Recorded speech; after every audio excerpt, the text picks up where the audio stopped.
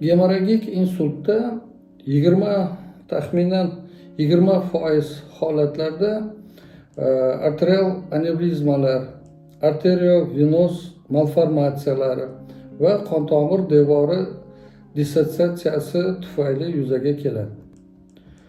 Bosh miya qon aylanish buzilishi fibrinolitik dorilar, antikoagulantlar, antiagregantlar preparatlari bilan davolash natijasida ham yuzaga kelish ehtimoli bor.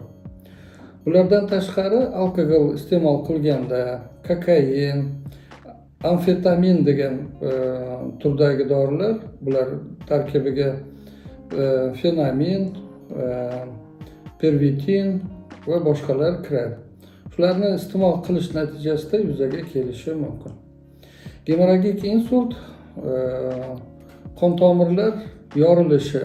Buni lotin tilida perrexil deb yoki tomirlarning o'tkazuvchanligini oshishi. Buni esa perdiapetizm deb aytamiz, natijasida rivojlanadi.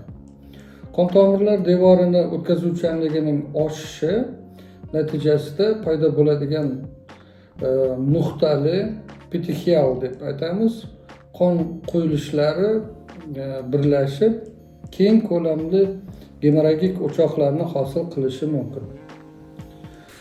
Qon quyilgan sohalarda nerv to'qimalaridagi metabolik jarayon buziladi.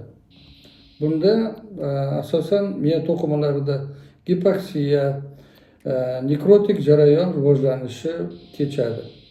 So'ngra zararlangan miya to'qimasi qon bilan to'yinib qoladi. Gemorragik insultda qaysi qon tomir ketishiga sabab bo'lgan aniqlash qiyin bo'ladi. Ularning joylashuvi ishemik insultlardagi bo'lgan kabi qon tomir havzalarining nomi emas, balki miyadagi patologik o'choqning joylashuvi, ya'ni peshona chakka sohasi qon ketishi deb ataymiz.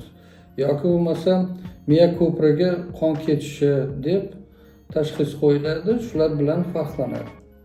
E'tiboringiz uchun rahmat. Kanalimizda qoling.